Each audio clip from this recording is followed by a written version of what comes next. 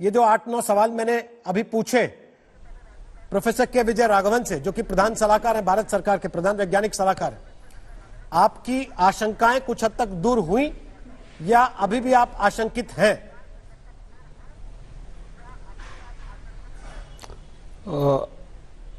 रजत जी, वैज्ञानिकों के बनाए गए प्रोटोकॉल और गाइडलाइन पर या वैज्ञानिकों के सॉरी कोई बात नहीं हो गया।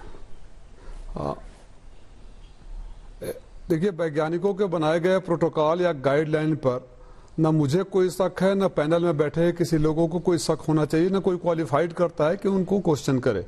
सवाल जो आखिरी स्टेज डॉक्टर साहब ने, प्रोफेसर साहब ने बताया, आपने खुद बताया कि साइकिल पर जाया, टेम्परेचर कंट्रोल करके कैसे साइकिल पर जाएगा। और आपके तो बड़े अच्छे रिपोर्टर हमारे मऊ में हैं, जरा भेजकर पता करा लीजिए। 3 दिन से वायरल हो रहा है वीडियो के कूड़ादान इमरजेंसी वार्ड के बाहर फेंका हुआ है।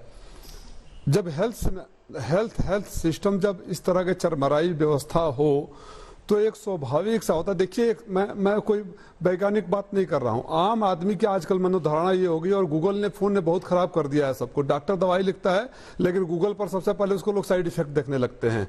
तो जब स्टेटमेंट आता है कि रिस्ट्रिक्टेड क्लिनिकल मोड में ट्रायल में के लिए है और फिर उसको आप इम्प्लीमेंट करने लगते हैं तो लोगों के मन में सवाल उठता है। सवाल का समाधान वैज्ञानिक कर रहे हैं, डॉक्टर कर रहे हैं, उनके ऊपर सबको भरोसा है, उस पर कोई क्वेश्चन मार्क है ही नहीं है।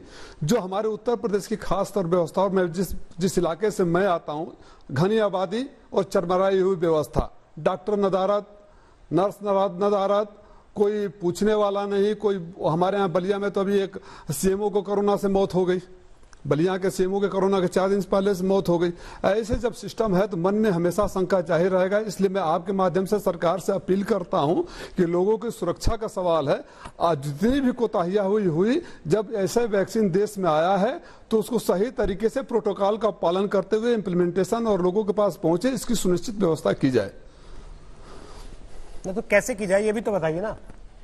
कोई आपके पास आइडिया है, कोई आप सलाह देना चाहते हैं सरकार को? आपने तो कह दिया कि सब बर्बाद है इस देश में, कैसे टीका लगेगा? मैं सलाह देना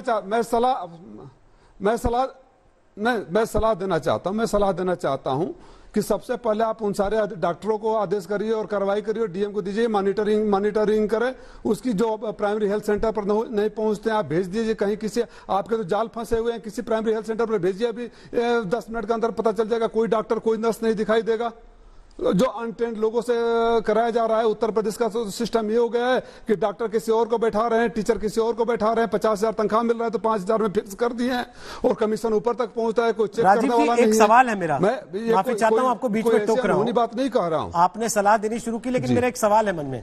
पहले अखिलेश जी ने कहा कि साहब बीजेपी का टीका नहीं लगवाएंगे, फिर वो अपनी बात से पलट गए कि नहीं हम तो कुछ और कह रहे थे, हालांकि कहा उन्होंने यही था। उसके बाद उन्होंने कहा कि साहब मुफ्त में टीका सबको मिलना चाहिए, इस बात की गारंटी हो। आज आप ये कह रहे हैं कि टीका ऐसे नहीं ऐसे लगना चाहिए, ढंग से लगना चाहिए और अच्छा क्वालिफाइड डॉक्टर लगाए, इस बात की गारंटी मिलनी चाहिए। क्या कहीं यह है कि आप लोगों ने तय कर रखा कि नहीं, केवल कंफ्यूजन फैलाना है, एक नहीं तो दूसरे, दूसरे नहीं तो तीसरे, तीसरे नहीं तो चौथे तरीके से?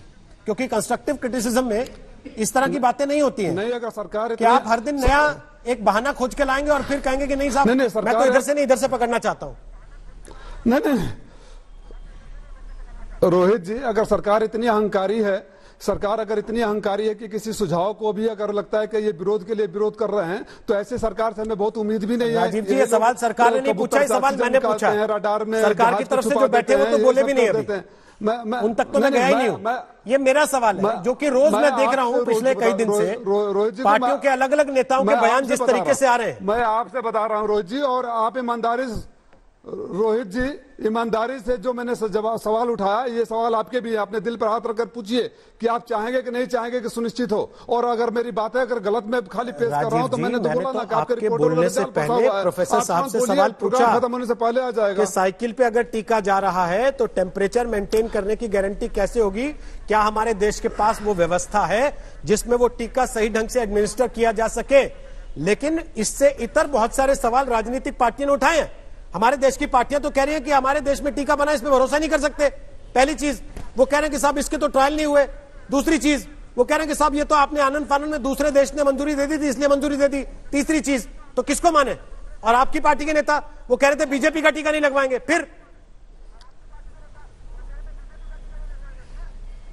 अरे हमारी पार्टी के क्यों कर रहे हैं आप? जरा पूछिए ना, शाहनवाज साहब बैठे हुए हैं, शिवराज चौहान कल एक समाचारों पर आया कि एक ट्रायल में किसी गरीब को वैक्सीन, पैसे के नाम पर वैक्सीन दिया गया, वो बीमार पड़ गया, कोई पूछने नहीं वाला है। कुछ घंटे बाद मुख्यमंत्री का बयान आता है कि मैं टीका सबसे बाद में लूंगा। हर बीमारी से पहले इलाज खोज देने वाले, कोरोना का लॉकडाउन में वैक्सीन बना देने वाले बाबा रामदेव आगे चैनलों पर बोलते हैं कि मैं वैक्सीन नहीं लगवाऊंगा, तब उनसे तो कोई सवाल नहीं करता है। अगर हम सिस्टम पर, हेल्थ सिस्टम की डिलीवरी पर अगर कुछ सुझाव दे देते हैं तो हम गुनाहगार हो जाते हैं।